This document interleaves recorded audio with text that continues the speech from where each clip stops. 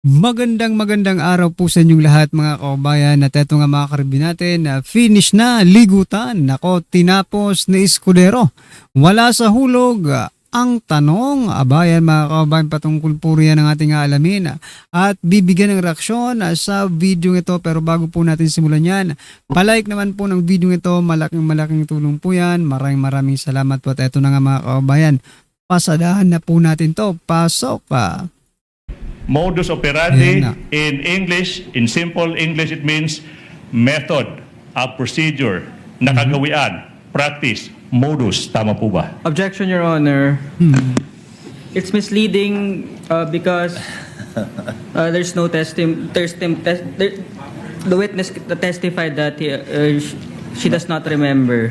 No? Counsel, we both know modus has a secondary and double meaning. You can always use, is this the standard operating procedure that you followed when you were SDO in both Davao and under the OVP?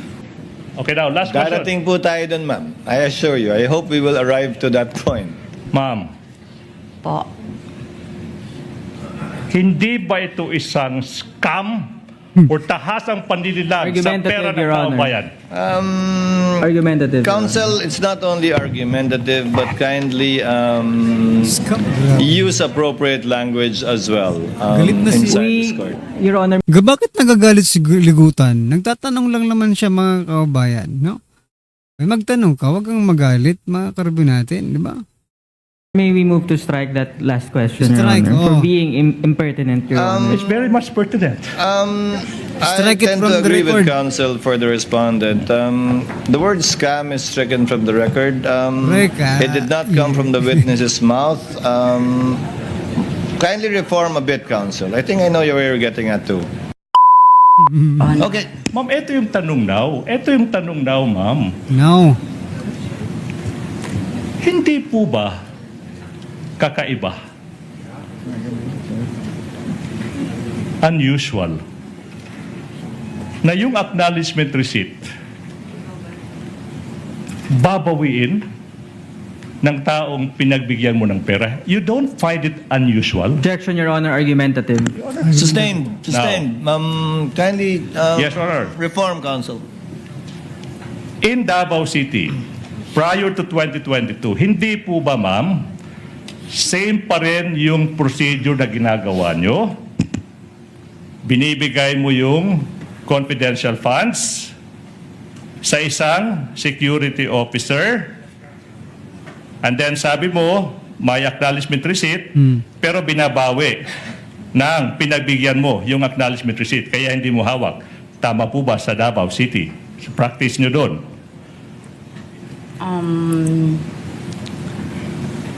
I will have to recall, Your Honor, kay matagal na po Yes, kasi okay. yun. Ma'am, hindi po ba ito yung nagiging method of procedure? May Latin term po tayo dyan, ma'am, ha? May. Method of procedure, ito yung May Latin-Latin modus operandi. May palatin-latin ka pa, hiniupa ka. Diretsuhin mo na para maintindihan ng mga Pilipino. Nyo, ibibigay yung pera sa isang security officer, hindi bonded, tsaka babawiin, sinasabi mo, ng pinagbigyan ng pera ang acknowledgement receipt. Modus operandi in English, in simple English, it means method, a procedure, nakagawian, practice, modus. Tama po ba? Objection, Your Honor. Ano? It's misleading Misleading, because Your Honor. there's no the witness testified that she does not remember. No? Counsel, we both know modus has a secondary and double meaning. You can always use, is this the standard operating procedure that you followed when you were SDO in both Davao and under the OVP? Yes. Ito po ba yung kinagawian ninyong practice at proseso nung kayo po ay SDO ng Davao, kaugnay ng confidential fund, at nung kayo ay SDO ng OVP, na yung pagbibigyan nyo, security officer o sino man, hindi bonded, pipirma na acknowledgement receipt, at pag nagbigay na siya ng fund liquidation report, fund utilization report at naka-liquidate na kayo sa COA, babawi na. Opo, Your Honor. Opo. Ma'am, ano yung sinasabi ni Colonel Lachica, yun na yun, you don't second guess yung ano yung binibigay na information sa'yo. Ito yung tanong now. Hindi po ba obligasyon mo as the SDO na alamin at protektahan ang bawat sentimo ng pera ng taong bayan?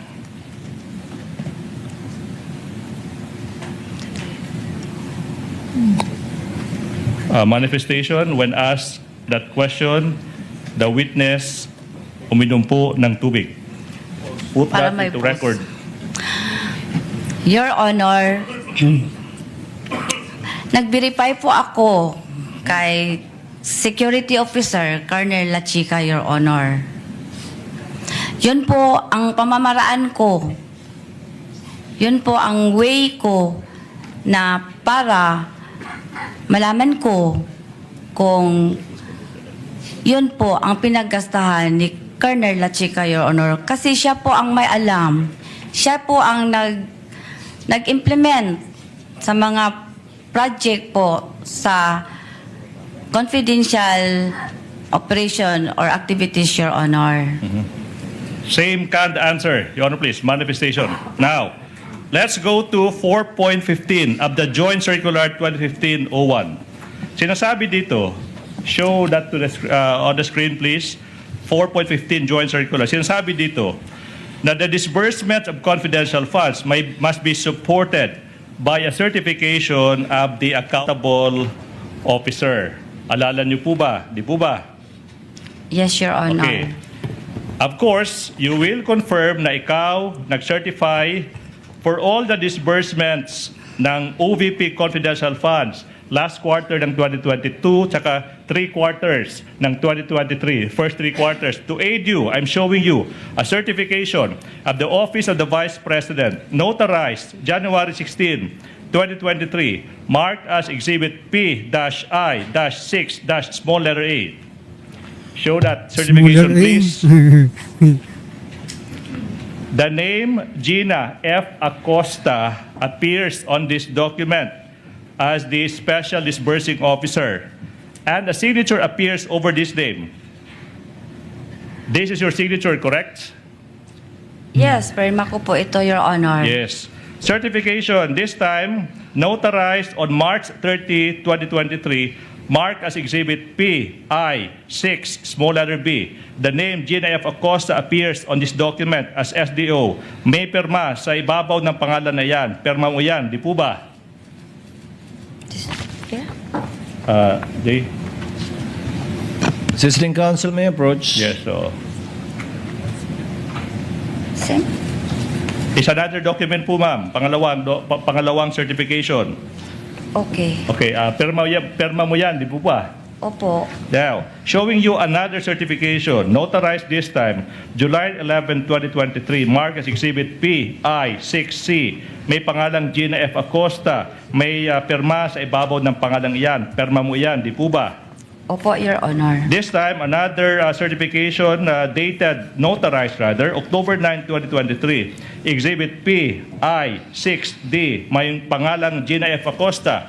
May perma sa ibabaw ng pangalang iyan. Perma mo iyan, di po ba?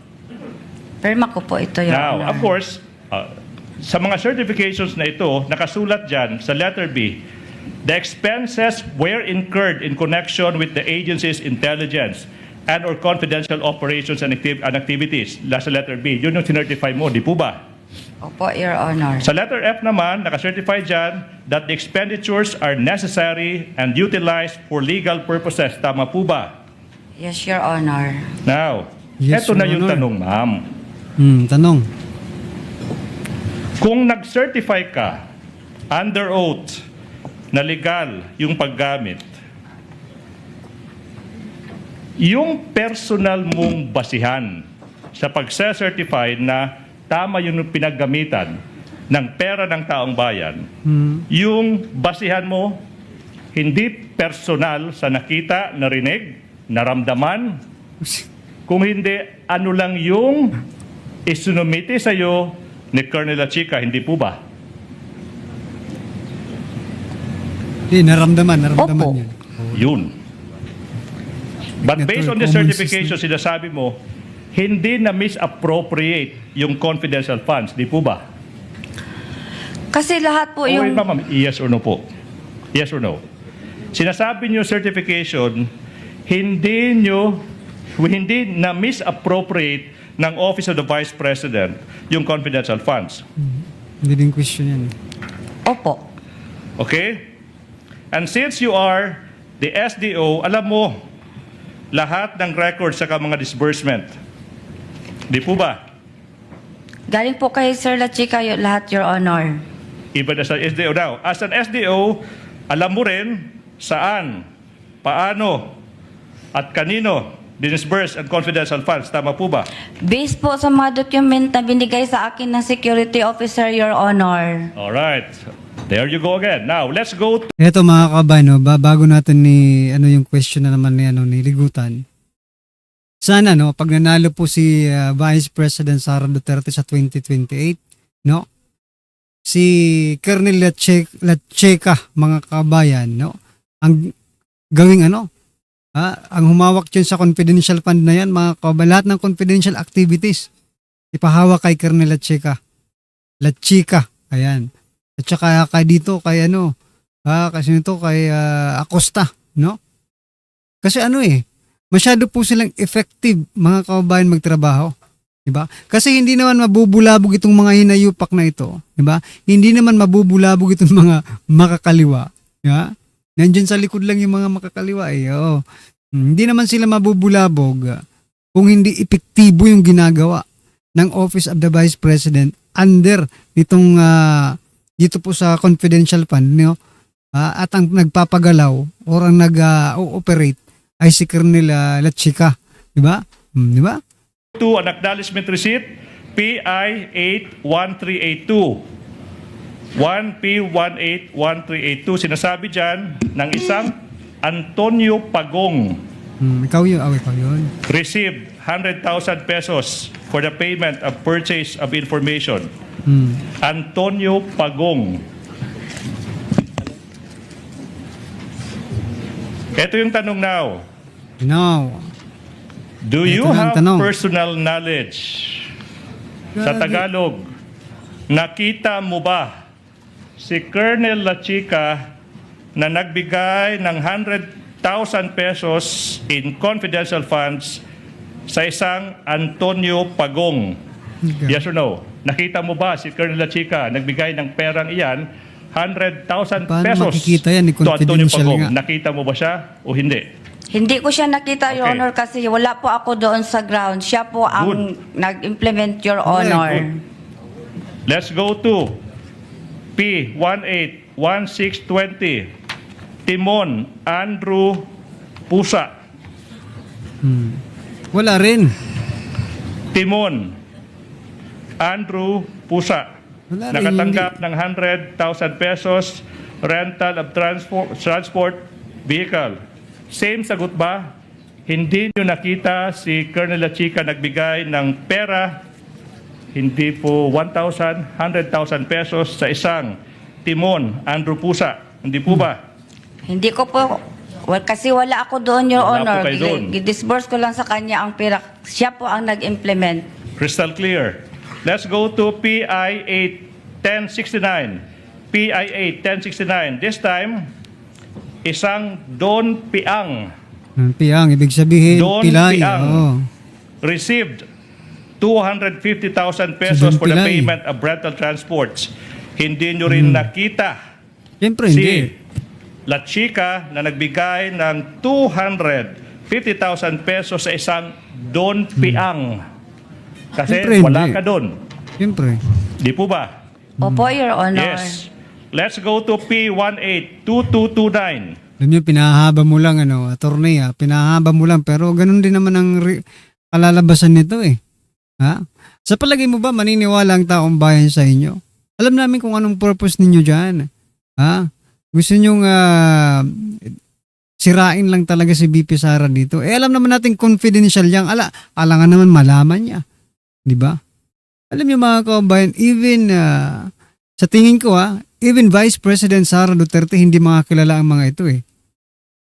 Tanungin mong presidente kung makakilala niya yung mga undercover, no? Personally. Sige nga kung kilala niya, 'di ba? Yung mga undercover nila, kilala ba ng presidente personally? Hindi kasi may mga handler po 'yan. 'Di ba? Tulad po ng nakikita natin sa mga movies, 'di ba? May mga handler pa 'yan. Tapos yung handler, may handler pa nga eh, 'di ba? Sa mga ibang movies na napapanood natin, no? It's a level of security mga kababayan, security clearance, no? O hanggang sa pinaka grounds na mga kababayan. Kaya wala tayong makikita dito. Gastos lang ito ng taong bayan, magkano 25 million na naman ba ang magagastos natin sa araw na ito mga kababayan? Ay nako. Kung may andilim, not to be outdone, meron din Shane ngit-ngit. Ngit-ngit. Ibig sabihin, galit na galit. Translation, ngit-ngit, Bisaya for madilim. Nakita nyo ba si La Chica na nagbigay Hindi nga. ng Galit naman ito eh. 150,000 pesos sa isang Shane ngit-ngit o hindi mo rin nakita? Hindi. po ba? Hindi ko nakita, Your Honor, kasi Correct wala ba? po ako doon sa ground. Si Colonel La Chica po, na security officer, siya po ang nag-implement, Your Honor. Hindi ko nakita kasi wala ako sa ground. Good. Now, last. May isang acknowledgement receipt Ay, P18612. salamat. Last na ba? Last na bang I last should na be ba yan? careful. Binigay sa isang Merry Christmas. Suniso Akala ko. Belat.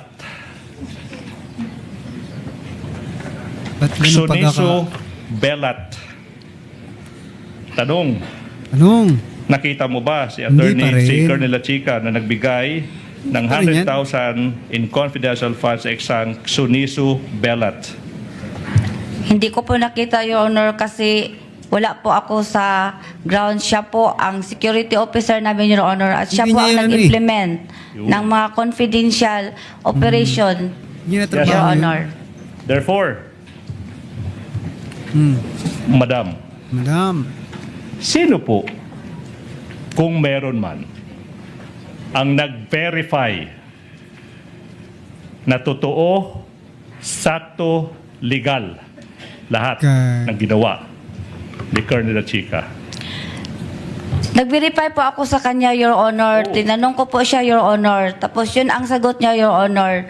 Ma'am Gina, yung mga dokumento na binigay ko sa iyo, yan po ang mga resibo na magpapatunay, Your Honor, na nagamit po ang pera ng confidential fund. At saka, Ma'am Gina, wala po kayo. Those are sensitive matters, sensitive operation po, Ma'am Gina. Correct. Confidential po yun. Okay. Confidential. Let me continue.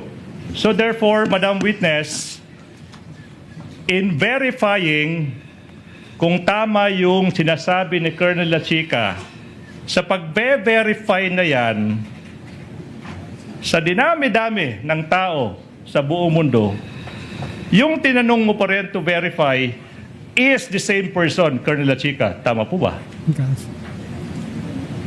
Hindi mo rin nalibog na pud ka. Opo. I will not, I will move on. Taas manggod ang... I will move on, Your Honor.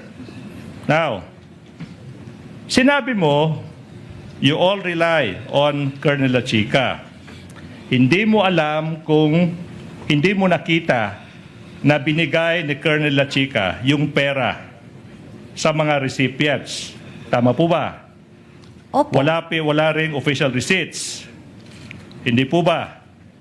Alam nyo mga kababayan, ginugulo lang ni ligutan eh. Ganito lang naman yan eh. For example this is my opinion mga kababayan. Nasa rules po ba ng paggamit ng confidential fund na dapat pang malaman na dapat pang malaman ng disbursing officer yung mga pagkatao ng mga confidential informant? Di ba? Nasa rules ba yan? Nandyan pa yan sa tinatawag nilang ano yun, yung sa COA, mga kabayan, yung 1501. Ay, nakakalimutan ko yung ano eh. Ha? Nandun ba yun? O. Or sa, di ba meron man siguro rules, di ba? Kung paano mag-disburse. Di ba? Nasa rules po ba na alamin pa? O. Kasi mamaya, salita ka ng salita dyan, wala pala sa rules ng pag-disburse ng pera. Diba? O, kasi baka mamaya mga kabayan, hindi na kailangan i-verify pa kasi confidential nga. You know, diba? Huwag mo nang lituhin yung taong bayan. Ikaw ang nanlilito. Opo. So aside sa sinasabi ni Colonel La Chica sa iyo, hindi mo mapapatunayan. Ma'am, careful ha. I'm being careful with this question because this is really important. Aside po sa sinasabi ni Colonel La Chica sa iyo, Pampaka ba yun eh? hindi mo Parang, ngayon, parang strategy yun ha. Be careful. Diba? And be careful of this question. Parang gusto niyang pakabahin si Ma'am Acosta. Di ba? Oh, sige. doon malalaman Alam mo, kakabahan yan. kung totoo ba na binigay ni Colonel La Chica yung pera, for example, kay Suniso Belat. Hindi po ba? As an answer, Your Your Honor. Honor, these are really important questions. Witness will answer. Na-interrupt ako. Yes po, ma'am? Ulitin, na-interrupt ako, Your Honor, sorry. I will. Sinabi mo, hindi mo nakita si Colonel La Chica na nagbigay ng pera sa mga recipients. Okay? Sinabi mo rin na yung pagbe-verify mo is through Colonel La Chica himself. Ito yung tanong now. Aside sa sinabi ni Colonel La Chica sa iyo, hindi mo mabe-verify, hindi mo malalaman kung totoo bang binigay ni Colonel La Chica yung pera sa sinasabi niyang recipients. Di po ba? Nag-verify po ako kay Colonel La Chica, Your Yun. Honor. Nag-rely po ako sa kanya, Your Honor. Kasi siya po ang nag-implement ng mga confidential activities, Your Honor. Manifestation, another canned answer to a separate question. I will move on, Your Honor. Motion to Therefore, strike. Anong hindi nasagot eh? Sinagot nga. Your Honor, impertinent. that's a manifestation that's allowed, Your Honor. Impertinent, Your Honor. Let it stay in the record, counsel. okay, now. Stricken. Now, so Madam, hindi mo rin Stricken from the malalaman, record. hindi mo rin malalaman na binigay pala ni Colonel La Chica yung confidential funds sa Etong tanong ko sa'yo, attorney. Ha? Kailangan pa bang malaman ng disbursing officer na ibinigay ni Colonel La Chica yung pera? Nasa rules po ba na kailangan niya pang malaman yun? Di ba? As the disbursing officer? Di ba? Kasi may level of security yan. Kaya nga confidential yan eh. Mga informant yan eh. Di ba? Malaking malaking ano rin sa sa safety ni Ma'am Gina Acosta. Pag nalaman niya yung mga yung mga informants na yon, magkakaroon ng effect yun. Magkakaroon ng epekto sa kanyang security. Diba? Malaking yun. May napapanood na akong mga pelikulang ganyan, mga kababayan. Sabi nga mga kababayan, the less you know, the better. Diba? Yun yung palagi kong naririnig sa mga ganyang confidential, diba? Mas wala kang nalalaman, mas safe ka. Diba? Kasi hindi mo alam ang kalakaran pagdating sa mga ganyang mga confidential operation na yan eh. Di ba? For example, ganito, bigyan natin ng realization, kumbaga, di ba? O for example, mga kabayan, alam ni Ma'am Gina Acosta yung isa dyan, di ba? Kilala niya, personally, kilala niya. O nakita niya yung mukha, nakita niya yung lahat-lahat. For example, mga karibin natin, di ba? natugis. Natugis si Si Ma'am Gina, for example lang natugis. Nahuli naman kalaban. Pinaamin, sino ba sa amin? Sino ba sa amin dito yung trahidor, for example. Kasi nagtatrahidor yan kaya nga informants mga kabayan, confidential informant, galing mismo dun sa loob, nag-infiltrate sila, di ba? For example. Ano ngayon? Babae yan. Wala yang alam sa kung ano mga, sa mga, di ba? Kung torturin yan, for example, di ba? Pahirapan. Hindi naman yan trabaho niya Buti sana kung militar yan mapipigilan niya pa yung sarili niya na magsabi ng katotohanan. 'Di ba? Yan po ang yan po yung naiisip ko mga kababayan based on the situation mga karibyo natin. Talagang mahirap din naman talaga. Buti si Colonel Lacheca kasi siya militar or kung ano man, 'di ba? Militar. Kung mahuli man siya, kaya niyang pumalag. Diba? Kaya, the less you know, the better mga kababayan. Isipin nyo naman yung kalagayan nila. Nako. Ginugulo kasi nitong hinayupak na to Sa mga kaibigan at kaalyado ng Vice Correct. President. Di po ba? Correct me if I'm wrong sa ko mga kababayan Hindi naman tayo perfecto. Pero yun po kasing naiisip ko baka for security purposes. Kaya hindi pwedeng malaman ng kung sino lang. Diba? Yung mga confidential informant. Hindi pwede. Kasi by trust din yan no? By trust, no? Kung sino lang yung pinagkakatiwalaan nilang tao, doon lang sila magpapakita. Hindi pwede kung kahit sino lang magpakita sila. Delikado. Hindi lang para sa kanila, kundi para rin sa nakakikilala sa kanila or nakakakita sa kanila, mga kababayan. Hindi mo rin malalaman yan. Di po ba? Yes or no? Nag-rely ka lang kay Colonel Lacheca. Nag-rely po ako kay Colonel Lacheca at saka sa mga Alam mo, masama dokumento po, Your Honor, na binigay niya sa akin. Okay, next question. Hindi mo rin malalaman, ma'am, na in fact, binigay ni Colonel Lacheca yung 500 million pesos sa Vice President herself. Hindi mo rin malalaman yan. Misleading, Your Honor. Your Honor. No basis, counsel. Okay. No basis, counsel. Kindly reform. Okay. Hindi mo rin malalaman, ma'am, na yung 125 million pesos Wala na. na gamit, Wala na. not in 11 days, but in just 24 hours. Hindi mo rin malalaman yan.